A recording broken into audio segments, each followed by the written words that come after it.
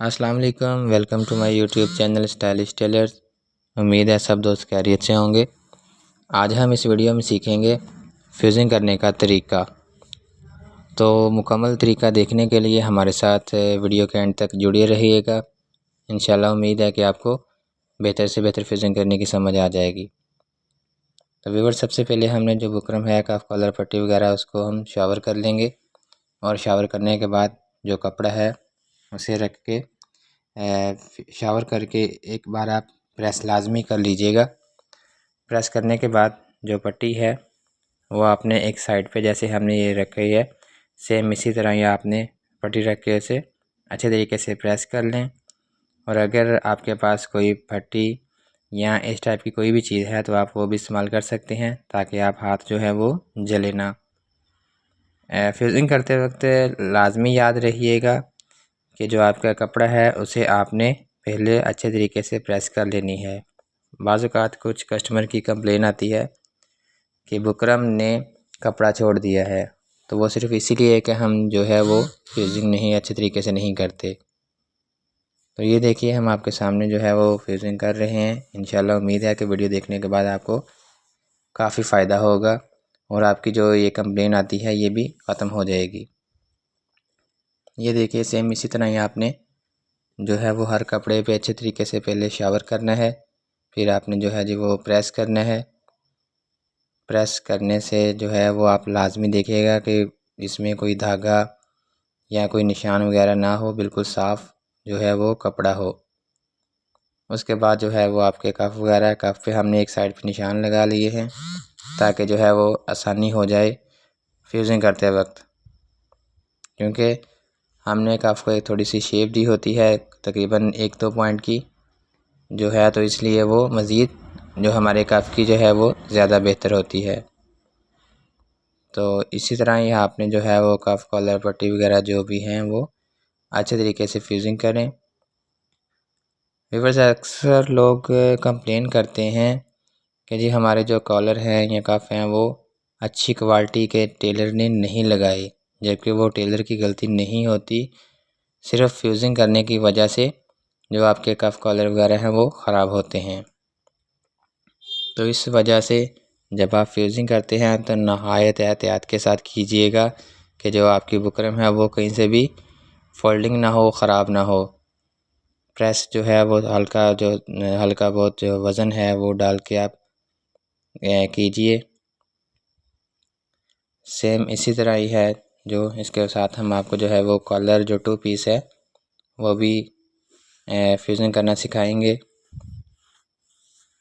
अक्सर लोग हैं वो जो 1 पीस या जो भी यूज़ करते हैं, बहरहाल हम आपको 2 पीस कॉलर बनाने का तरीका भी दिखाएंगे।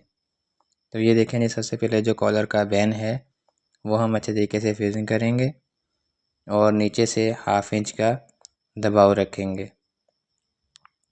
ये लाजमी देखिएगा और सेम इसी तरह ही आपने फ्यूज़िंग करनी है।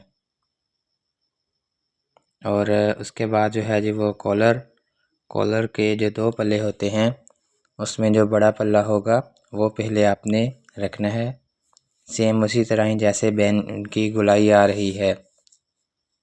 तो जैसे ही आपका ये फ्यूज़िंग हो जाए, अच्छे तरीके से आपने शावर दोबारा कर लेना है ताकि मज़ीद जो है वो फिनिशिंग आ सके। तो बाद में अच्छे तरीके से जब आप फ्यूज़िंग कर लेते हैं एक बार, तो लाजमी चेक कीजिएगा कि कहीं से हमारी जो बुकरम है वो उखड़ तो नहीं रही या कोई मसला बबलिंग वगैरह तो नहीं आ रहा उसमें।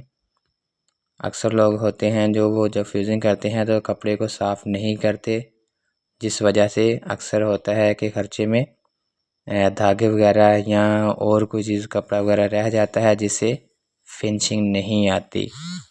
तो इस चीज़ का ख्याल रखिएगा कि जब भी आप फ्यूज़िंग करेंगे, सबसे पहले आपने कपड़े को अच्छे तरीके से प्रेस कर लेना है और फिर आपने चेक कर लेना है, तसल्ली कर लेनी है कि उसमें कोई धागा वगैरह या ऐसा कुछ ना हो, निशान वगैरह या जो भी है। तो इसी तरह ही आपने जो कॉलर है, 2 पल्ले जो बड़े होते हैं वो आपने ऊपर लगाने हैं और जो नीचे बैन और उसके ऊपर छोटा पल्ला होता है वो आपने बैन पे लगाना है। ये देखें जी, आपने तसल्ली से अच्छे तरीके से फ्यूजिंग करनी है। अच्छा व्यूअर्स, एक बात का और ख़ास ख्याल रखना है, वाज़े रहे कि जब आपने अपने ख़र्चे पे यानी बुकरम पे इस्त्री रखनी है तो सिर्फ़ आपकी जो बुकरम है उसी पे ही इस्त्री रहनी चाहिए। अक्सर बच्चे या शागिर्द होते हैं जो कि पूरे कपड़े पे इस्त्री रखते हैं, जिस वजह से कपड़े में पीलगी आ जाती है या ऐसा कुछ भी निशान आ जाता है प्रेस का, जिस वजह से अक्सर कस्टमर जो है वो कंप्लेन करते हैं जी सूट हमारा ख़राब हो गया या जो भी मसले मसाइल होते हैं। तो इनसे बचने के लिए आपने ख़ास ख्याल रखना है कि जब आपने प्रेस करनी है जो इस्त्री है वो आपकी बुकरम पे ही रहे, बुकरम के अलावा एक्स्ट्रा कपड़े पे ना ही जाए तो बेहतर है। तो इसी के साथ ही जो हमारा कॉलर है वो तकरीबन कंप्लीट हो चुका है। और ये देखें, यह जो हमारे खर्चे हैं हमने सिर्फ फ्यूजिंग की है, अभी फोल्डिंग इनकी करनी है। तो आपने फ्यूजिंग करने के बाद अच्छे तरीके से तसल्ली कर लें और फिर शावर करने के बाद अच्छे तरीके से फोल्डिंग कर लें। अक्सर लोग कलफ यूज़ करते हैं या गम स्टिक या जो भी यूज़ करते हैं, आपका अपना अपना तरीका है। तो हम इसमें कलफ इस्तेमाल करेंगे और कफ़ है जो कफ़ के एक साइड पे हम कलफ इस्तेमाल करेंगे, बकिया हिस्से पे कलफ इस्तेमाल नहीं होगी, बल्कि सिर्फ इस्त्री की मदद से फोल्डिंग ही होगी खाली। तो ये देखें जी, कफ़ की जो एक साइड पे हमने कलफ लगा के फ़ोल्डिंग कर ली है। अच्छे तरीके से फ़ोल्डिंग करते हुए तो ख़ास ख्याल रखिएगा कि जो एक्स्ट्रा कपड़ा है फ़ोल्डिंग में वो ना आ जाए, नहीं तो जो आपकी वो फिनिशिंग है वो नहीं आएगी।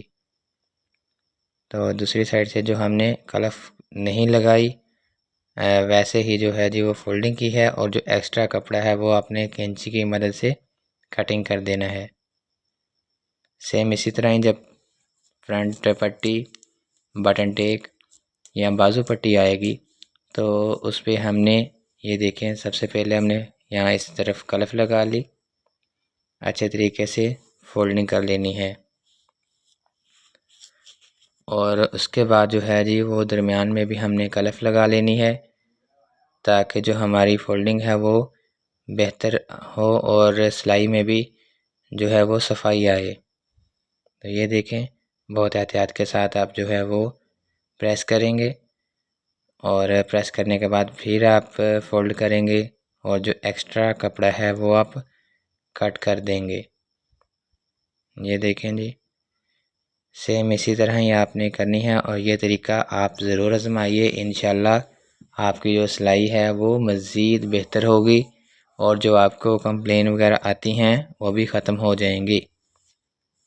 तो जिस तरह हमने दूसरे कफ कॉलर वगैरह फोल्डिंग की है, सेम इसी तरह ही हमने जो है वो पट्टी की फोल्डिंग करनी है।